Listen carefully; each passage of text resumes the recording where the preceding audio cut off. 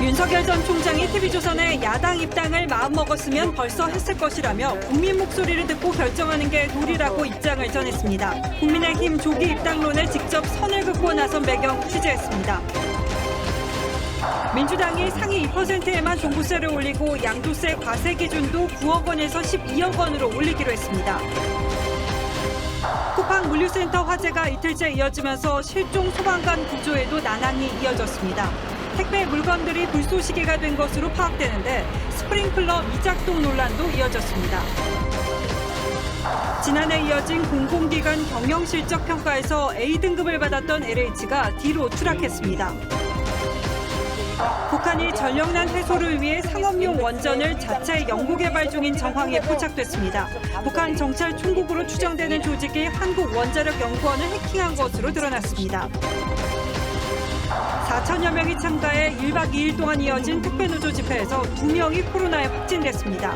방역수칙을 어긴 채 진행된 집회여서 추가 확진이 우려됩니다.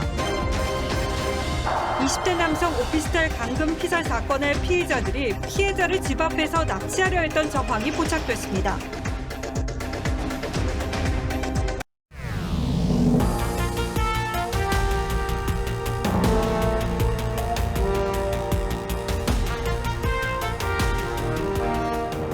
시청자 여러분 안녕하십니까? 뉴스9의 신동욱입니다.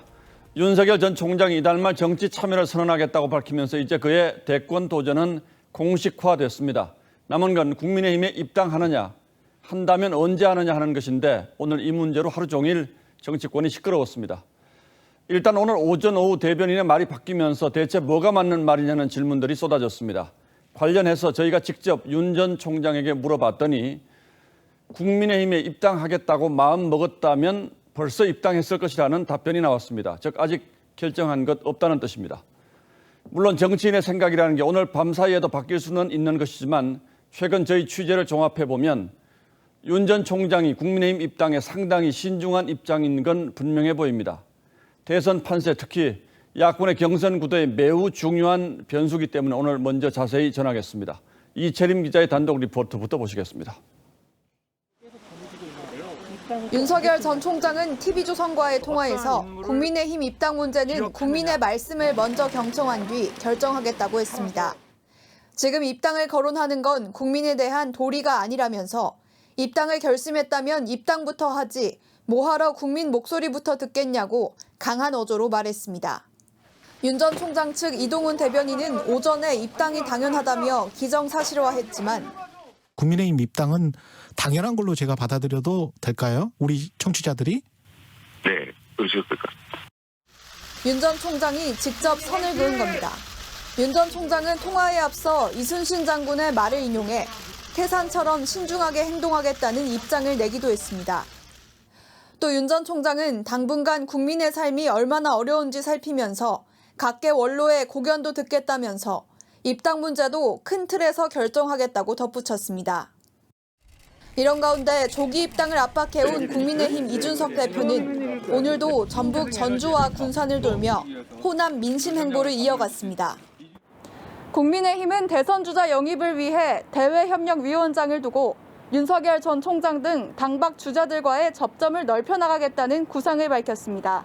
TV조선 이채리입니다. 윤 전 총장 입당 문제가 이렇게 지지부진하면서 야권의 또 다른 카드로 떠오른 최재형 감사원장은 오늘 국회에서 대선 출마할 생각이 있느냐는 질문을 받았습니다. 표현은 신중했습니다만 정치적 언어로 해석하면 가능성을 열어둔 대답이 나왔습니다.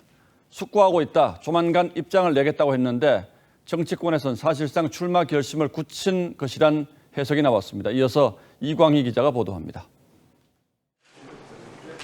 국회 법사위에 출석한 최재형 감사원장에 대한 질의는 대선 출마 여부에 집중됐습니다. 지금 대선에 출마하신다는 얘기가 계속 나오고 있는데 잠시 고민하던 최 원장은 가능성을 닫지 않았습니다. 이 부분에 대해서는 제가 제 생각을 정리해서 조만간 여권이 정치적 중립성을 들어 거칠게 몰아세우자 최 원장의 답변은 오히려 더 명확해집니다. 재직 중에 선거에 나간다는 얘기가 나오고 정치적 중립을 위해서 바람직한 현상입니까? 그 부분에 대해서는 다양한 판단이 있다고 생각합니다.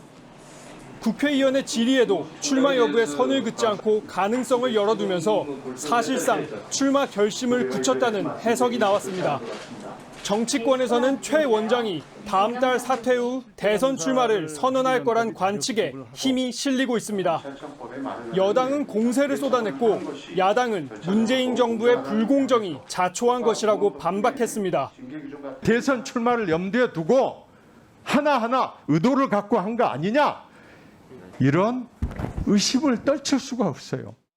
윤석열 총장도 그렇고 감사원장님, 이게 문재인 정권과 민주당이 만든 현상이에요. 조국 전 장관은 사법 분야 고위공직자는 퇴직 후 1년간 출마를 금지해야 한다는 사실상의 윤석열, 최재형 출마 금지법을 제안하고 나서자 야당에선 사표가 수리되지도 않은 상태로 출마한 경찰 출신 황운하 의원, 선거 99일 전 판사직을 사퇴한 이수진 의원 등을 거론하며 내로남불을 꼬집었습니다. TV조선 이광입니다. 민주당에선 경선 연기 문제를 두고 갈등이 격화하고 있습니다. 당초 지도부는 오늘 경선을 예정대로 치룰지 아니면 연기할지 매듭지을 예정이었습니다만 이 소식을 들은 이낙연, 정세균 측 의원 60여 명이 경선 연기를 요구하는 연판장까지 돌리면서 결론을 내리지 못했습니다. 이 문제가 어떻게 결론 날지는 예측하기 어렵습니다만 두 주자 측과 이재명 지사 진영 중 어느 한 곳은 타격이 불가피할 것 같습니다. 조정린 기자가 이어서 보도합니다. 민주당 의원 66명이 오늘 오전 경선 연기 논의를 위한 의원총회 소집 요구서를 제출했습니다. 윤영찬, 최인호, 김교웅 등 이낙연 전 대표와 정세균 전 총리 측 의원들이 대거 이름을 올렸습니다. 국민들의 관심과 동의 속에서 전당대회가 치러져야 정권 재창출을 할 수 있는. 이 전 대표와 정 전 총리 측 핵심인 서른, 김영주 의원은 어제 송영길 대표를 찾아가 경선 연기를 거듭 요구했습니다.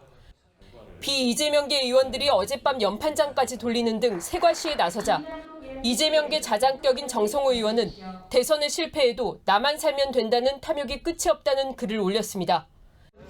이재명계 의원 20여 명도 오찬 모임을 갖고 위총 소집에 반대하기로 했습니다. 그 흥행이라고 하는 것은 시기가 중요한 것이 아니라 컨텐츠와 그리고 여러 가지 방식이 중요하다라고.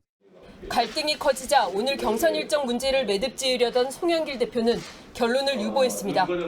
의원들 66명의 연서로 의원총회 소집 요구가 있었기 때문에 오늘 결론은 내지 않고.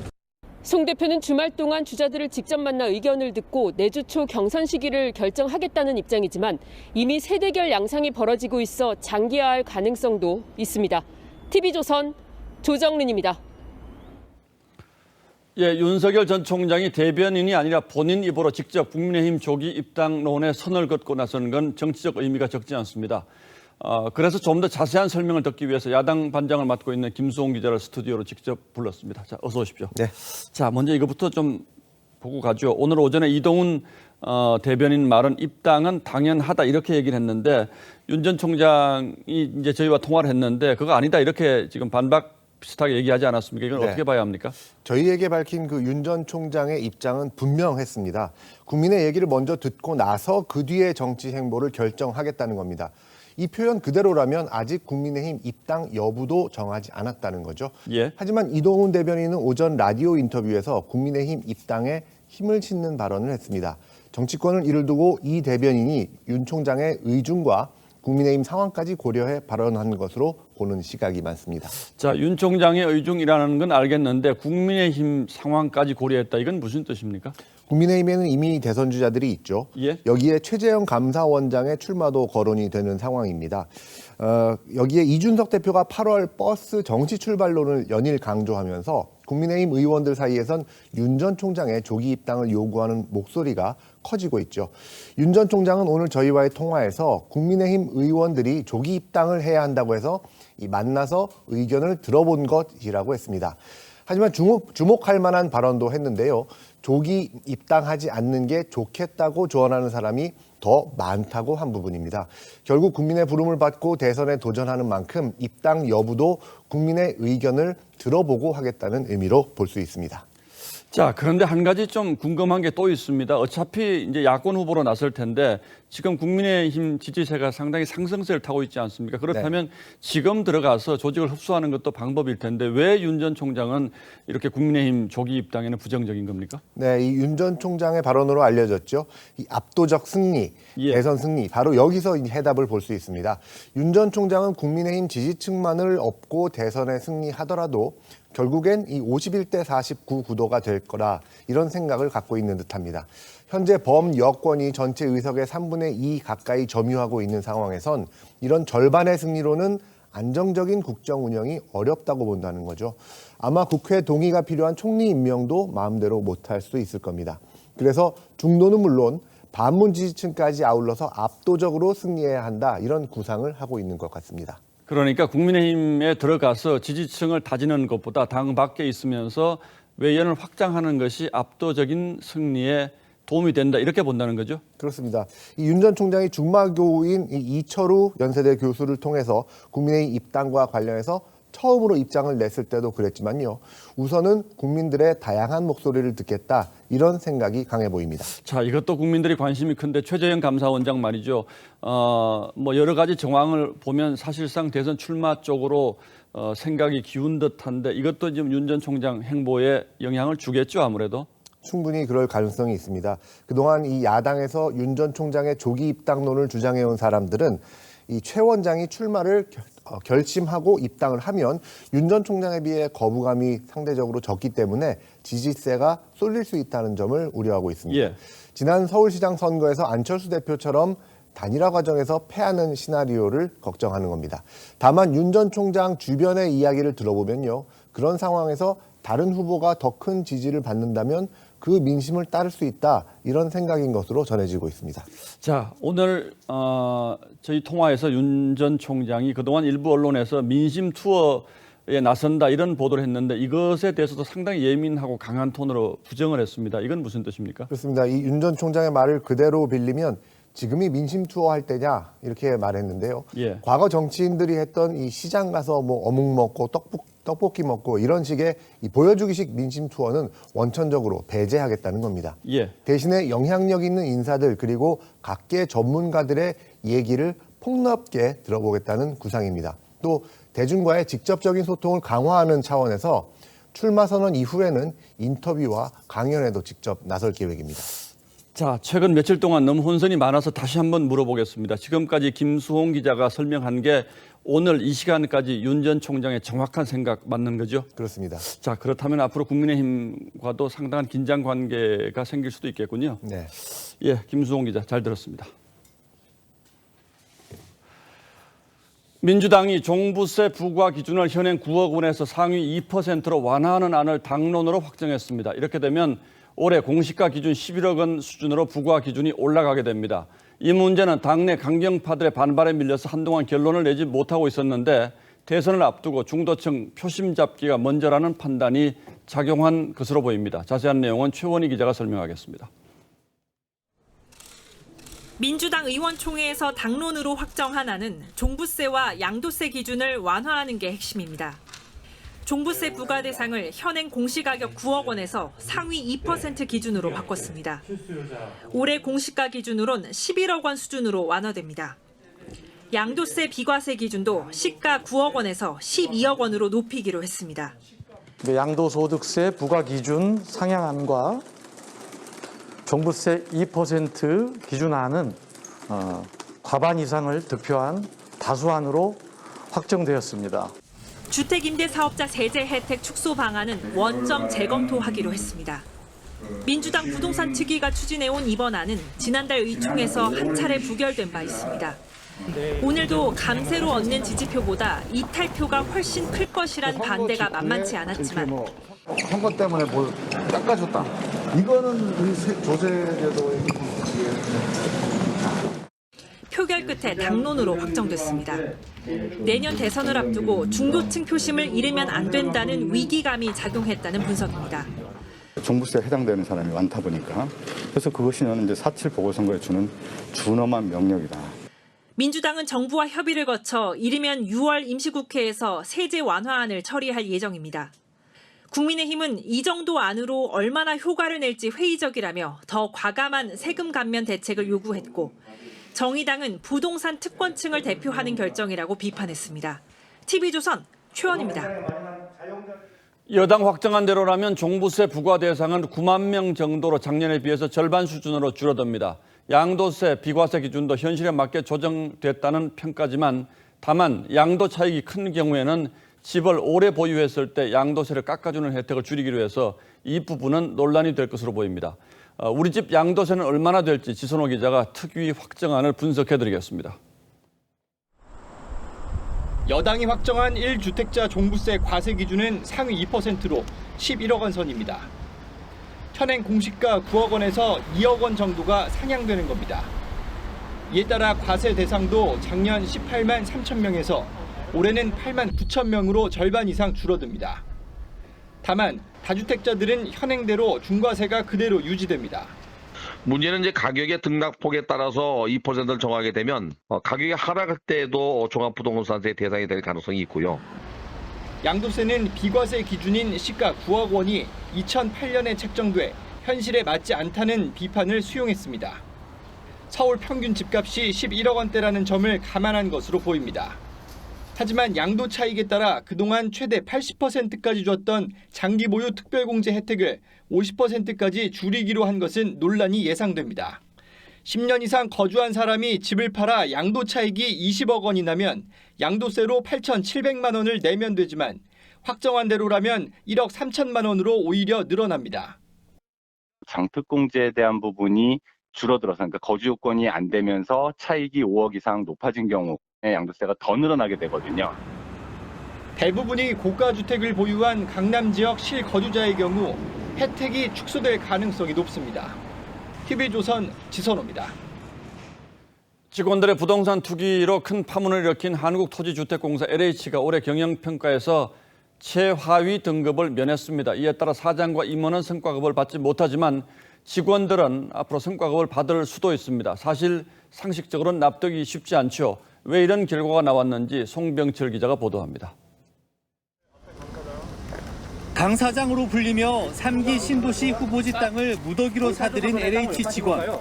내부 정보를 이용한 혐의로 결국 구속됐습니다. 땅 어떤 용도로 사신 겁니까? 이렇게 LH 직원 4명이 구속되거나 해고되며 수사가 진행 중인 가운데 그야말로 해체 수준의 환골탈태하는 그런 혁신을 추진하겠습니다. 개혁은 지지부진이라는 비판이 나옵니다. 이런데도 LH는 올해 경영평가에서 최하인 2등급이 아닌 한 단계 위인 D등급을 받았습니다. LH는 윤리경영에선 최하인 2등급을 받았지만 100점 만점에 배점은 단 3점에 그쳐 전체 평가에서 영향이 적었습니다. LH 사장과 임직원은 성과급을 못 받지만 직원들의 성과급 지급 여부는 수사 결과에 따라 결정됩니다. 정부는 엄정하게 평가했다고 했지만 윤리경영과 관련된 공공성을 대폭 강화하여 윤리경영 저해 행위에 대해서는 더 엄정하게 평가하였습니다. 평가 기준과 성과급 지급 규정 자체를 손질해야 한다는 지적이 많습니다. 성과급이라는 건 뭘 잘해가지고 성과급 주는 거 아니겠습니까? 정상적으로 지급되는 것도 바람직하지 않다. 과로사가 발생한 우체국 물류지원단 등 4곳의 기관장에 대해서는 6년 만에 해임이 건의됐습니다. TV조선 송병철입니다. 어제 새벽 경기도 이천에 있는 쿠팡 물류센터에서 난 불이 아직도 다 꺼지지 않고 있습니다. 오늘 낮 큰 불길은 잡았습니다만 불이 완전히 꺼지려면 앞으로 이틀은 더 걸릴 전망입니다. 진화가 늦어지면서 지하 2층에서 실종된 소방대원의 생사도 아직 확인되지 않고 있습니다. 배상윤 기자가 취재했습니다. 쿠팡 저평 물류센터 화재 이틀째. 건물 전체가 여전히 시뻘건 불길에 휩싸였고 검은 연기가 쉴 새 없이 뿜어져 나옵니다.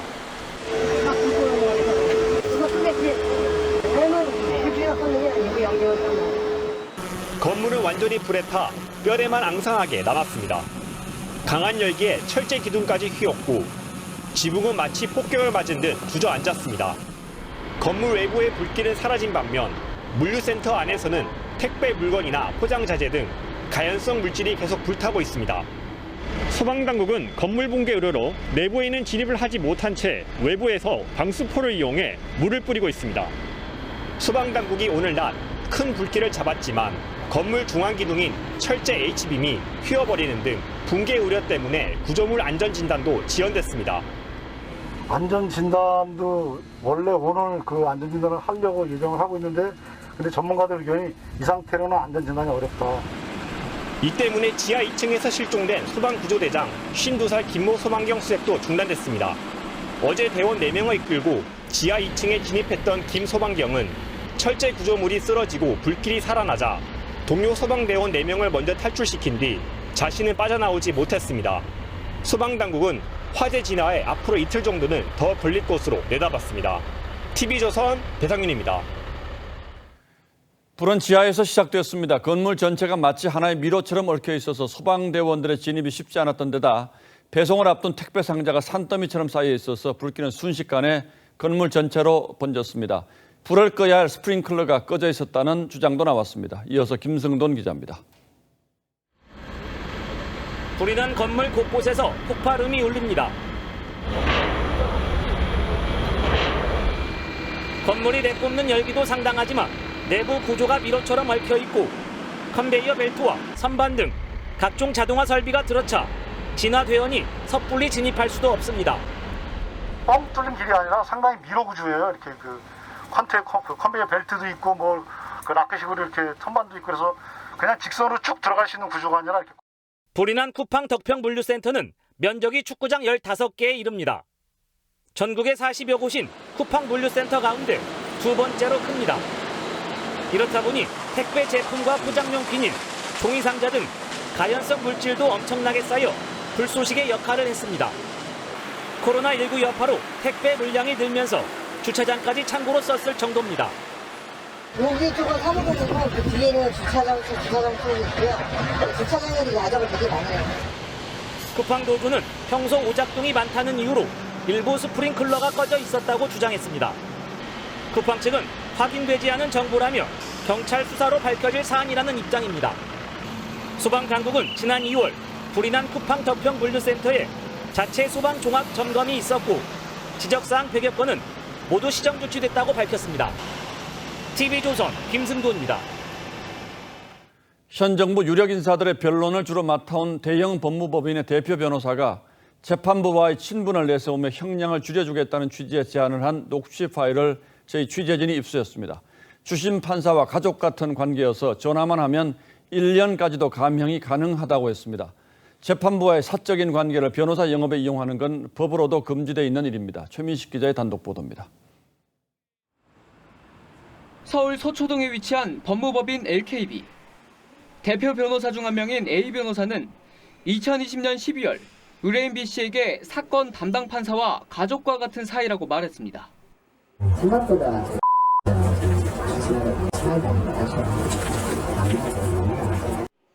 A 변호사는 재판부에게 얘기하면 형량을 줄일 수 있다고도 했습니다. 해당 판사는 A 변호사가 판사 시절 같이 근무한 경력이 있습니다.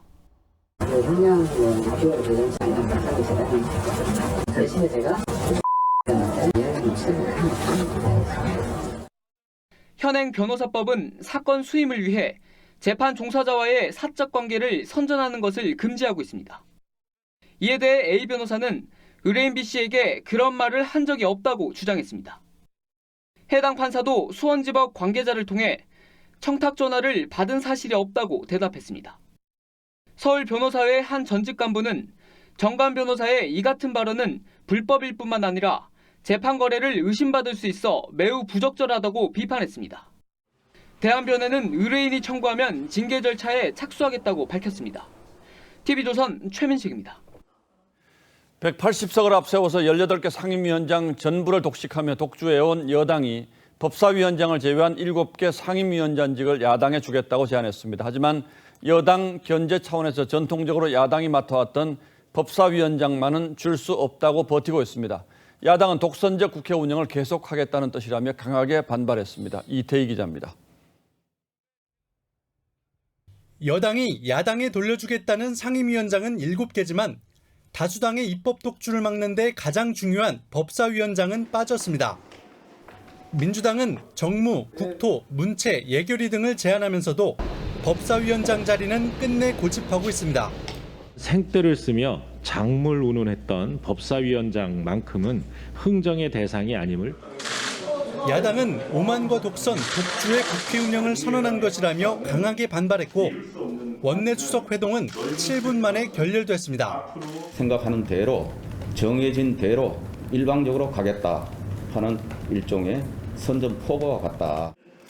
지난해 총선에 압승한 민주당은 야당이 법사위원장을 맡는 관행을 16년 만에 깨고 18개 상임위를 독식했습니다. 이후 야당의 반대에도 임대차 3법을 기립 표결로 통과시켰고 네, 찬성하시는 의원님들은 기립해 주시기 바랍니다.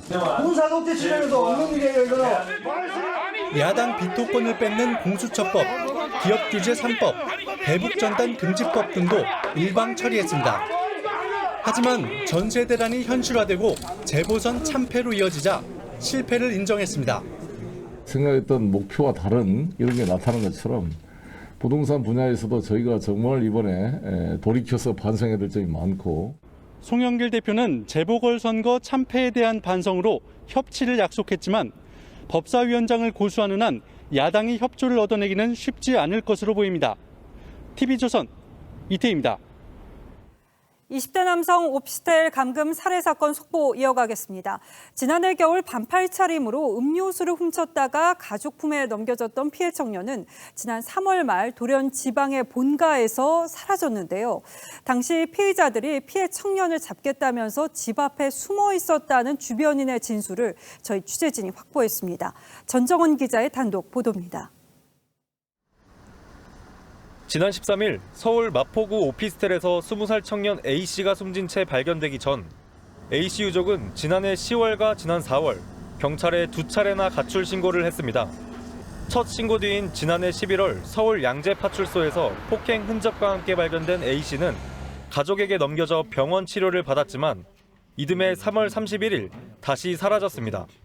그런데 실종 당일 감금 살해 피의자 안모 씨가 피해자가 머물던 대구 집 주변에 숨어 있었다는 주변인 증언이 나왔습니다. 지금 내가 친구 집 뒤편 쪽에 숨어 있는데 나오면은 바로 잡을 거다 이렇게 얘기를 했어. 피의자 안 씨는 친구였던 피해 청년을 찾아가기 전 지인과의 SNS 대화에서 A 씨로부터 돈을 받아야 한다며 죽이고 싶다는 적대감을 드러내기도 했습니다. 경찰은 피해 청년이 자신들을 고소한 데 앙심을 품고 피해자를 서울로 데려와 상해 고소사건 수사를 적극적으로 방해한 것으로 보고 있습니다. 경찰은 다음 주 초 이들 피의자들에게 특가법상 보복범죄에 의한 살인 혐의 적용 여부를 결정해 검찰에 송치할 예정입니다. TV조선 전정원입니다. 지난 15일 4천여 명이 참가해서 1박 2일 동안 이어진 택배노조 집회에서 2명이 코로나에 확진됐습니다. 방역 수칙을 어긴 채 진행된 집회여서 추가 확진이 우려되는데 당국은 참가자와 경찰 5천여 명에 대해서 전수조사에 들어갔습니다. 집회 당시 상황이 어땠던 건지 서영일 기자가 전하겠습니다. 지난 15일 전국 택배노조의 1박 2일 노숙 집회가 이뤄진 서울 여의도공원. 과로사 방지 대책을 요구하는 노조원 4천여 명이 빼곡히 자리를 채웠습니다. 코로나가 우리를 막았고 택배사들이 우리의 단결을 막았고 정부가 우리의 F-만입을 막았더라도 우리는 이 자리에 모였습니다. 감염병관리법상 10명 이상 모이는 집회는 불가능한 상황. 경찰의 해산 권고 속에 노조원들은 페이스 실드를 쓰고 1m씩 거리를 두며 집회를 강행했습니다. 그러나 일부에선 마스크를 벗거나 쉬는 시간 인근 편의점에서 술을 구입해 서너 명씩 마스크를 벗고 마시는 등 방역 수칙을 위반한 정황이 포착되기도 했습니다. 이날 집회에 참가한 우체국본부 소속 조합원 2명이 확진 판정을 받았습니다. 서울시는 감염병관리법 위반으로 노조를 고발 조치했습니다. 경찰은 자체 인지수사로 처벌한다는 방침인데요. 그리고 우리 서울시에서도 방역 수칙을 위반했으니 그냥 고발은 필요하다라고 판단했습니다. 노조 측은 참가자 전원에 검사를 진행하고 있고 인근에 있던 경찰관 950명도 검사 대상에 포함됐습니다. 국내 신규 확진자는 사흘 연속 500명대를 기록하고 있는 가운데 당국은 오는 20일 새 거리두기와 2학기 전면 등교 방안을 발표합니다. TV조선 서영일입니다. 도박판에서나 벌어질 상황이 가상화폐 시장에서 나타나고 있습니다. 이른바 잡코인을 가상화폐 거래소들이 잇따라 퇴출시키고 있는 상황에서 일부 투자자가 이런 코인에 몰려들고 있는 겁니다. 상장 폐지 직전 시세가 급격하게 오르는 이른바 상폐의 빔을 노리는 건데 과연 반짝 급등하는 그 순간을 잡는 게 말처럼 쉬운 일일까요? 이태용 기자입니다. 국내 최대 거래소가 투자 유의 종목으로 지정하고 상장 폐지 심사를 하고 있는 코인의 시세창입니다. 상장 폐지되면 사실상 휴지 조각이 되지만 100% 넘게 상승했습니다. 자기들이 펌핑을 막 하는 거예요. 여기는 돈을 딸 수 있는 구조도 아니고요. 도박판이고. 가격 급등 상위 종목을 보면 이렇게 상장 폐지를 앞두고 있는 코인들이 많습니다. 상장 폐지 직전 가격이 반짝 급등하는 이른바 상폐 빔 현상을 노린 겁니다. 실제 일부 코인은 상장 폐지 공지 이후 한때 100% 넘게 오르기도 했고 유의 종목에 지정된 한 코인은 300% 가까이 폭등하기도 했습니다. 사실상 폭탄 돌리기지만 비정상적인 단기 차익을 노린 세력과 투자자들이 불나방처럼 뛰어드는 겁니다. 상폐빔이나 바이낸스 상장 기대하고 있는데 최대한 떨어졌을 때도 저는 계속 돈을 넣고 있었고 지금도 계속 매일 일정 부분 넣고 있습니다. 해외에선 투자자들의 뱅크런, 즉 대규모 돈 빼내기로 인해 하루 만에 가격이 $60에서 0달러대로 폭락한 가상화폐까지 나왔습니다. 하지만 우리나라에서는 잡코인 속가내기가 속도를 내는 와중에도 한탕을 노리는 투기 행태가 더 기승을 부리고 있습니다. TV조선 이태형입니다. 내가 수술대에 누워 잠든 사이에 어떤 일이 벌어질까 저도 궁금하기도 또 두렵기도 합니다. 여기에 대리수술에 이어서 성추행 의혹까지 이 수술실 내 비윤리적 행위로 인한 논란이 불거지면서 수술실 CCTV 필요성이 또 한 번 제기되는데요. 그런데 일부 몰지각한 이들의 행위 때문에 현장의 목소리가 묵살되어선 안 되는 게 또 당연한 것이겠죠. 오늘의 포커스는 수술실 CCTV 논쟁에 맞췄습니다. 수술복을 입고 수술실로 들어가는 남자. 의사가 아닌 의료기기 영업사원입니다. 정작 의사는 수술 시작 30분 뒤에나 나타났다가 얼마 뒤 사라집니다. 환자는 숨졌습니다. 이 납품업체와 거래처인 병원과의 어떤 관계 유지를 위해서 대리수술을 행했던 걸로 보고 있습니다. 서울의 한 대형 병원 인턴은 2년 전 산부인과 수술실에서 마취된 환자의 신체 일부를 만진 혐의로 검찰에 기소됐습니다. 수술실에서 일어나는 일들에 대한 불신이 커지면서 CCTV를 설치해야 한다는 여론이 거셉니다. 길거리 민심은 100%가 달려야 되고 안에 달려야 된답니다. 이 물증이 없기 때문에 그냥 당하는 거예요. 정치권에서도 수술실 CCTV 의무화 논쟁은 뜨거운 감자. 국민의힘 이준석 대표가 사회적 추가 논의가 필요하다는 입장을 밝히자 2019년 경기도 내 공공의료원 수술실 CCTV 설치를 의무화한 이재명 지사는 반대는 배타적 특권의식이라며 비난했습니다. 한 여론조사에선 80%가 찬성. 환자단체는 환자 권익 보호와 의료사고 방지를 위해 CCTV 설치를 주장합니다. 자발적으로 운영하는 병원도 생겼습니다. 통상적인 치료 과정 자체에 대해서도 걱정하는 분들이 많습니다. 지역 주민들의 신뢰를 회복하고자. 하지만 의료계는 환자의 신체 영상이 노출될 경우 더 큰 피해가 발생하고 의사들을 잠재적 범죄자로 취급해 감시하는 건 심각한 인권 침해라며 반대하는 상황. CCTV 설치가 소송을 남발해 의사들이 어렵고 위험한 수술을 꺼리게 될 수 있다고 주장합니다.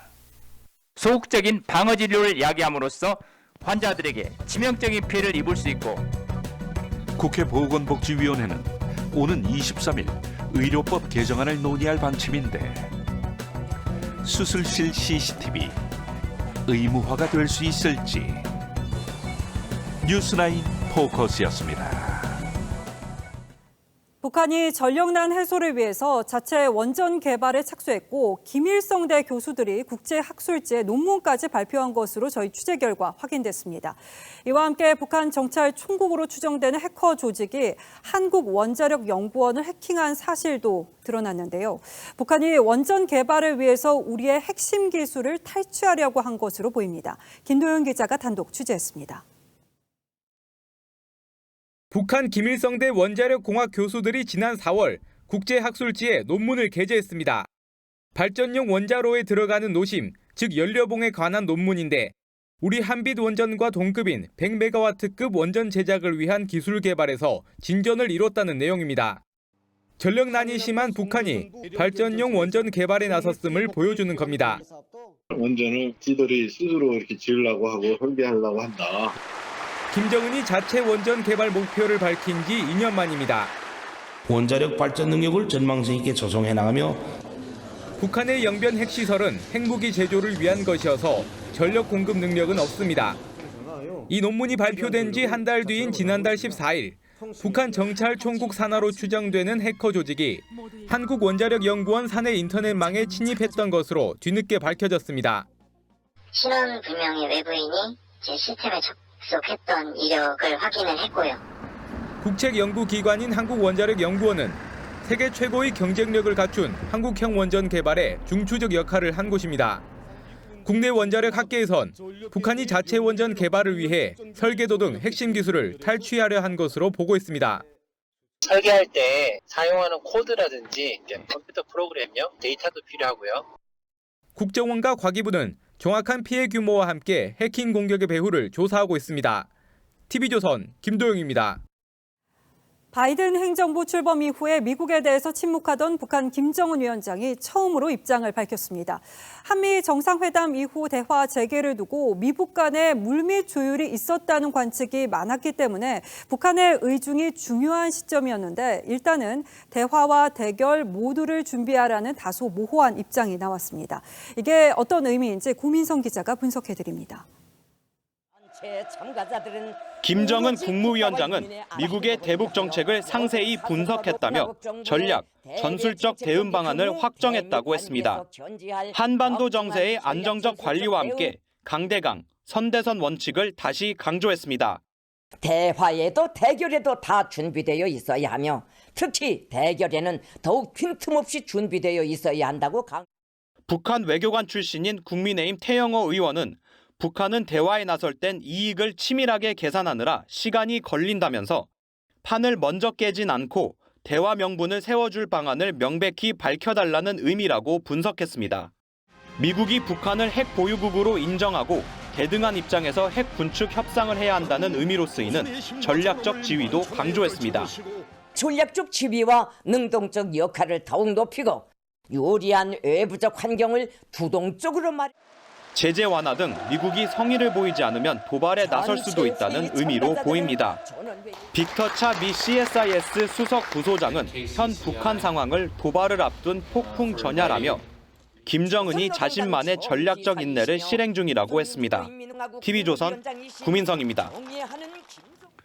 정부가 코로나 백신을 맞은 사람에 대해서는 협정을 맺은 일부 국가로의 해외여행을 자유롭게 하는 트래블 버블을 추진하고 있습니다. 그런데 이게 말처럼 쉽지가 않습니다. 황병준 기자가 직접 공항에 가서 무슨 문제가 있는지 확인했습니다. 인천국제공항 출국장. 아직까진 코로나 여파로 수속장 곳곳이 비어 있습니다. 오늘 인천공항 예상 이용객 수는 11,000여 명으로 하루 평균 20만 명에 오간 코로나 이전의 5% 수준입니다. 최근 정부가 트래블 버블 추진 의사를 밝히면서 기대감이 늘고 있는데 아직은 걸림돌이 많습니다. 접종을 완료하면 격리는 면제되지만 출입국 시 최소 3번가량 실시해야 하는 검사 비용은 본인이 부담해야 할 것으로 보입니다. 한 번에 10만 원 선인데 가족이 많을 경우 수십만 원까지 늘어납니다. 검사 받았는데 검사 받는데 9만 원 하고 이제 그 증명서 발급받는데 2만 원 해가지고 11만 원인데 그래서 조금 부담스럽긴 해. 입국 국가에 제시하게 될 영어 접종 증명서도 필요한데 현재 정부가 만든 증명서 앱엔 한국어 서비스만 지원됩니다. 보안 수준 강화하고 뭐 그런 시도를 먼저 우선순위를 두면서 하다 보니까 거기 이제 뭐 다가올 서비스가 좀 일정이 좀 지연된 상태라고 보시면. 방역 당국은 트래블버블 추진안을 확정하면서 영어 증명서 등 관련 불편 사항도 개선하겠다고 밝혔습니다. TV조선 황병준입니다. 백신 접종률이 80%가 넘는 영국은 접종 효과로 하루 확진자가 1000명 선까지 내려왔었는데 다시 확진자가 10,000명을 넘겼습니다. 변이 바이러스가 빠르게 퍼지고 있기 때문입니다. 코로나에 한 번 걸렸다가 나오면 자연 항체가 생기는데 이것도 변이 바이러스는 막지 못한다고 합니다. 보도에 유혜림 기자입니다. 런던의 극장가, 준비해온 공연들이 줄줄이 취소됐습니다. 재확산 조짐에 봉쇄를 계속 유지하기로 했기 때문입니다. Well, what it means is that all those shows, all the theatres that were planning to open at full capacity from June the 21st, of course, are delayed again by at least that 4 weeks. 하루 확진자는 넉 달 만에 다시 10,000명을 넘겼습니다. 성인의 80%가 한 차례 이상 백신을 맞았고 58%는 2차 접종까지 마쳤지만 변이에 속수무책입니다. 신규 감염자의 90% 이상은 인도발 델타 변입니다. 특히 젊은 층에서 확산돼 감염자는 11일마다 2배씩 늘었습니다. 한 번 걸렸다가 완치된 사람도 변이에는 취약했습니다. 옥스퍼드 연구진은 감염됐던 78명의 면역 반응을 추적한 결과 6개월 뒤에는 변이에 대한 저항력이 보이지 않았다고 밝혔습니다. 접종을 통해 만들어진 항체와 완치되면서 생긴 항체는 변이에 대항하는 수준이 다르기 때문에 감염됐던 이들도 접종해야 한다고 강조했습니다. We need everybody to come forward, get the jab. We know it's safe, we know it's effective. 영국 정부는 청년층 접종을 늘리기 위해 접종 연령을 23살 이상에서 18살 이상으로 낮췄습니다. TV조선 유혜림입니다. 예, 걱정이죠. 보신 대로 이제 백신이 싸워야 할 새로운 상대는 한층 더 강력해진 변이 바이러스입니다. 이에 맞서 백신 효과는 얼마나 지속되는지, 그리고 1, 2차 다른 백신을 맞는 교차 접종은 어떤 효과를 낼지 따져보겠습니다. 자, 윤슬기 기자, 네. 백신을 맞으면 바이러스 예방 효과는 얼마나 지속되는 겁니까? 네, 현재로선 알 수 없다고 봐야 할 것 같습니다. 아직은 전 세계를 통틀어 백신 효과가 얼마나 지속되는지 입증할 수 있는 데이터가 나와 있지 않습니다. 그래서 세계보건기구를 비롯한 주요 국가들도 이 판단을 유보한 상태죠. 다만 화이자와 모더나의 경우 그 효과가 최소 6개월 정도라는 일부 연구 결과는 있습니다. 그러니까 지금으로부터 6, 7개월 전 작년 연말쯤에 백신 맞은 사람들은 지금 백신 다시 맞아야 된다는 얘기가 될 수도 있겠네요. 그렇습니다. 변이 바이러스 비상이 걸린 영국의 경우 백신 접종을 시작한 건 지난해 12월 8일이었습니다. 만약 이날 화이자 1차 접종, 3주 뒤 2차 접종을 했다면 이론상 항체는 이로부터 2주 뒤인 1월 중순 생기게 되겠죠. 그런데 효과가 6개월이라고 가정할 경우 항체가 사라지는 시기는 7월 중순이 됩니다. 공교롭게도 비슷한 시기에 변이 바이러스 확산이 폭발하기 시작한 거죠. 예, 걱정이 아닐 수가 없는데 이제 막 접종의 속도가 붙기 시작한 우리에게는 이 사실이 어떤 시사점이 있습니까? 영국과 우리나라의 코로나 상황을 동일선상에서 비교할 수는 없습니다. 하지만 백신 접종률이 높다고 안심해선 안 된다는 것은 분명히 명심해야 합니다. 변이 바이러스가 얼마나 강력할지 또 백신 효과는 얼마나 지속될지 현재로선 예측이 불투명하기 때문이죠. 그리고 우리의 경우 아스트라제네카 백신이 부족해서 2차에서는 다른 백신, 그러니까 교차 접종할 수도 있다고 하는데 이건 문제가 없습니까? 네, 1차 아스트라제네카를 맞은 76만 명이 다음 달 2차 화이자를 맞을 예정이죠. 전문가 4명에게 물어보니 이 같은 교차 접종이 같은 백신을 2번 맞는 것보다 효과가 클 수 있다는 의견이 보시는 것처럼 1명, 지켜보자는 의견이 3명이었습니다. 해외 연구에서도 그 효과에 대한 전망은 엇갈리는 편인데요. 전문가 얘기 들어보시죠. 교차 접종했을 때 장기간의 면역 효과, 방어 능력의 과연 유지가 잘 될 거냐, 면밀한 검토가 필요할 것 같고요. 자, 그럼에도 불구하고 2차 접종 안 하는 것보다는 교차 접종이 낫다는 거죠? 방역 당국도 전문가들도 공통적으로 강조하는 게 하나 있죠. 어떤 형식으로 백신을 맞든 접종을 하는 게 하지 않는 것보다 비교할 수 없이 중요하다는 점입니다.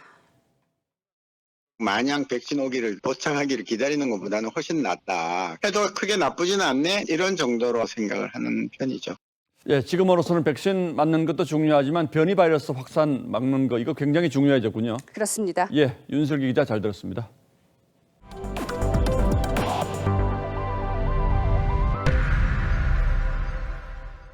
미국 상원에서 반도체 투자에 새 공제 혜택을 주는 법안이 발의됐습니다. 글로벌 반도체 업체들의 미국으로 오라는 러브콜을 보낸 거죠. 중국도 반도체 자립에 속도를 내고 있습니다. 한국의 고민이 깊어집니다. 오현주 기자입니다. 외국 정부가 제조업을 자국으로 끌어들이는 것을 용납할 수 없다. 와이든 미 상원 재무위원장의 이 발언과 함께 반도체 투자를 미국으로 끌어들이려는 법안이 발의됐습니다. 반도체 제조업 투자에 25% 세액 공제 혜택을 주는 내용입니다. 법안이 통과되면 미국 기업뿐 아니라 삼성전자는 물론 대만의 TSMC 등도 혜택을 받을 수 있습니다. 2025년까지 반도체 자립률 70%를 목표로 170조 원을 쏟아붓고 있는 중국도 움직임이 빨라지고 있습니다. 반도체 개발 정책을 이끌 사령탑에 류허 부총리를 임명할 전망인데 시진핑 주석이 최측근에게 맡긴 만큼 반도체 굴기 의지를 드러냈다는 분석입니다. 이런 가운데 대만 TSMC는 미국에 이어 일본에도 공장 건설을 검토하는 등 투자에 속도를 내는 상황. 반도체 위탁 생산, 파운드리 분야의 독주 체제를 굳혀가는 모양새입니다. 후발주자인 삼성전자는 고민이 깊을 수밖에 없습니다. 시장을 세분화해야 되죠. 그러니까 최첨단 공정의 몇 나노 이하의 어떤 제품, 이거는 TSMC를 따라잡겠다라는 목표가 현실적이라고 봐요, 저는. 미중 양국의 반도체 전쟁으로 점점 입지가 좁아지는 K반도체. 위기의 먹구름이 다가오고 있습니다. TV조선 오현주입니다. 이번 시즌 KLPGA는 그야말로 박민지천합니다. 8개 대회에서 4승, 오늘까지 2라운드가 끝난 한국 여자 오픈에서도 공동 선두에 올라 있습니다. 박민지의 질주는 어디까지 이어질까요? 이다솜 기자가 만났습니다. 올해 8개 대회에서 무려 4승. 나가면 둘 중 하나 우승인 이 선수. 올해 KLPGA를 휩쓸며 시즌 상금 6억 4천만 원을 돌파한 프로 6년차 박민지입니다. 우승을 하고 싶다, 잘하고 싶다라는 생각을 하니까 더 공격적으로 샷을 치게 되고 저도 제가 어디까지 할 수 있나. 골프 실력도 실력이지만 힘들어도 힘들지 않다. 추워도 덥다고 생각하는 단단한 멘탈은 박민지만의 특급 장점입니다. 이런 강한 정신력의 배경은 1984년 LA 올림픽, 핸드볼 올림픽 은메달리스트 어머니 김옥화 씨의 영향이 절대적입니다. 괜찮아, 우리 딸 이렇게 힘을 내게 해줘야 되는데 밖에서도 혼나고 들어왔는데 집에서 또 혼나는 기분이 감사해서 눈물이 날 지경이에요. 그의 롤모델은 어머니도 유명 골프 선수도 아닌 농구 황제 마이클 조던입니다. MJ라는 이니셜부터 박민지에게는 운명처럼 다가왔습니다. 라스트 댄스라는 다큐멘터리를 보고 그걸 보느라 그 대회 컷탈락을 했거든요, 작년에. 그 정도로 심취해서 봤었고 그 다음 때부터 가슴에서 불이 활활 타오르기 시작했어요. 박민지는 오늘 한국 여자 오픈 대회 둘째 날 공동 선두에 등극. 첫 메이저 대회 우승에도 한 발 더 다가섰습니다. TV조선 이다솜입니다.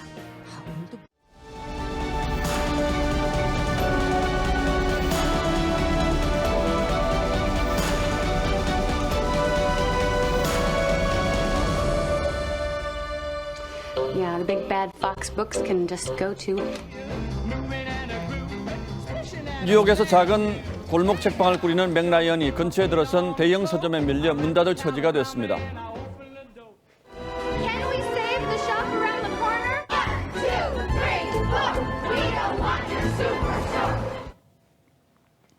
영화 속 이 대형 서점의 실제 모델이 미국 최대 서점 체인인 반센 노블입니다. 정가에서 40%를 깎아주고 서점을 편안하고 즐거운 휴식 공간으로 바꾸면서 동네 책방들이 속절없이 무너지던 시절의 이야기죠. 그랬던 반센 노블도 아마존이 일으킨 라인 유통의 해일 앞에서는 무기력했습니다. 제가 워싱턴에서 근무할 때 프레스센터 맞은편 대형 서점이 문을 닫는 걸 씁쓸하게 지켜봤던 기억이 생생합니다. 결국 매출과 매장이 절반까지 줄어든 재작년 펀드 회사에 매각됐죠. 교보문고, 영풍문고에 이어서 매출 3위 서점인 반디앤 루니스를 운영하는 서울문고가 최종 부도 처리됐습니다. 1988년 삼성동 무역센터에 대형 매장을 선보인 지 33년 만입니다. 반디앤 루니스는 반딧불이에 달빛을 뜻하는 라틴어 루니를 합친 이름입니다. 가난한 두 선비가 반딧불이 빛과 눈에 반사된 달빛으로 책을 읽었다는 형설지공에서 따왔죠. 하지만 이제는 굳이 등불이 없어도 글과 책을 읽는 세상입니다. 스마트폰을 들여다보거나 아예 귀로 듣는 사람도 늘어갑니다. 그렇게라도 독서가 삶을 밝히고 풍요롭게 해주는 일상으로 사랑받는다면 얼마나 좋겠습니까만 현실은 그렇지 못합니다. 국민 여가활동 조사에서 독서는 2018년 1.4%까지 떨어졌다가 그 뒤로는 아예 발표 항목 탑10에서 사라져버렸습니다. 책을 읽지 않는 지적 불황이 그렇게나 깊은 겁니다. 저 역시 책꽂이 가득 자리만 차지하고 있는 책들이 미안해할까 봐 가끔 꺼내들긴 합니다만 1시간도 버티지 못하고 핸드폰을 찾을 때가 많습니다. 저자에게 미안하고 스스로에게는 슬픈 일입니다. 이어령 선생이 언젠가 독서주간 세미나에서 원고를 찢어버리고 즉흥연설을 했습니다. 깡패들이 설치되고 교양 있는 사람들이 손해를 보는 시대에 저는 책을 읽으라고 도저히 권할 자신이 없습니다. 희미한 아날로그의 추억이 어디 책뿐이겠습니까만 책 냄새만큼 사람을 편안하게 해주는 향기도 드물 겁니다. 서점에 가서 서가를 기웃거리면 굳이 책을 사지 않아도 배가 부릅니다. 그러다 마음이 끌리는 책 한 권 사들면 부러울 게 없는 서점으로 가고 싶습니다. 퇴근길 시인처럼 말이죠.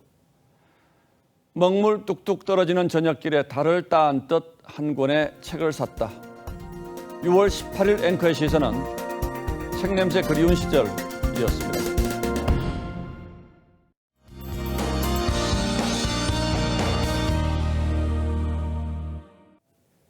이번 주말에는 비 소식 없이 맑은 하늘이 펼쳐지겠습니다. 대신 기온이 다시 오르겠는데요. 서울의 경우 내일 낮 기온은 28도, 모레는 29도까지 오르면서 오늘보다 4도에서 5도 정도 높겠습니다. 다른 대부분 지역도 보통 이맘때 수준으로 덥겠는데요. 내일 대구의 한낮 기온은 30도, 대전과 전주는 29도를 보이겠습니다. 그리고 지금 습도가 높아져 있는 상태이기 때문에 내일 아침까지 안개가 끼는 곳이 많겠습니다. 특히 서쪽 지역에서 짙게 나타나겠고요. 낮부터는 안개가 사라지고 볕이 강하게 내리쬐겠습니다. 서해와 남해상에서는 주말 내내 안개가 남아있겠습니다. 바다의 물결은 제주 해상에서 약간 높게 일겠습니다. 다음 주에도 비 소식이 있는데요. 월요일과 화요일 사이 중부 지역에 예상하고 있습니다. 날씨였습니다. 6월 18일 금요일 뉴스9는 여기서 모두 마치겠습니다. 시청해주신 여러분 고맙습니다.